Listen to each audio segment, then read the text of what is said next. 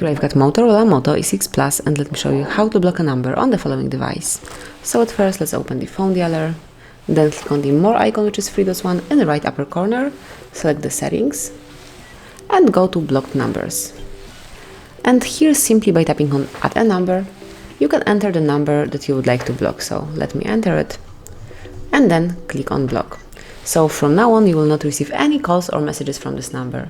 Then if you would like to remove this number from your blacklist, simply click on the cross icon over here and confirm that you would like to unblock it. And that would be all. As you can see, this number has been unblocked, so now he will be able to reach you.